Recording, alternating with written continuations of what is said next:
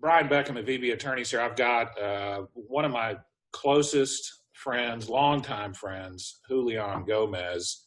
Julian, how you doing today? I'm doing wonderful. How are you doing, Brian? Can you just tell our listeners a little bit about who you are, where you come from, what you do, things of that nature? I'm from South Texas. With my daughter, we've been down here for about 10 generations.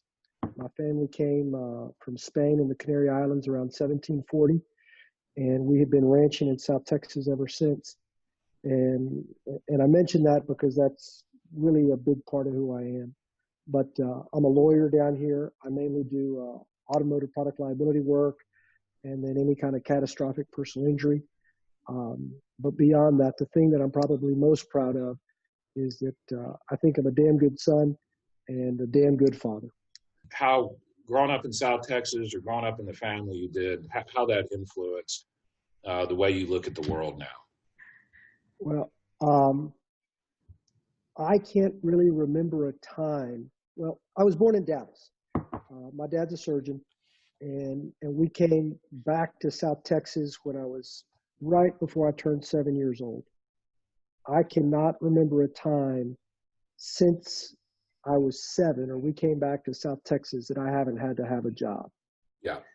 And from shining shoes to washing cars to pumping gas to working in a grocery store, a bicycle shop.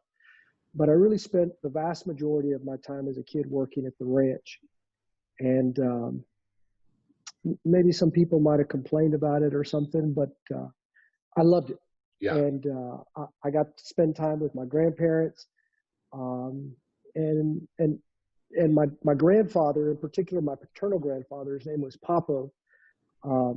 We'd spend our days bouncing around in the truck, and he was always trying to teach me something. And those lessons were always anchored by a little saying or a dicho, we would call them, a pearl of wisdom.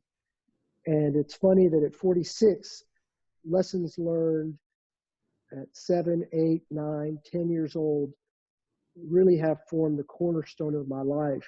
And I think they probably formed the cornerstone of my daughter's life. What was it actually like to work a ranch in South Texas as a kid, especially during the summer? You'd spend your day, you'd wake up, you'd check the water, you'd make sure the fences are all right, you'd feed the cattle, and then inevitably something is always broken.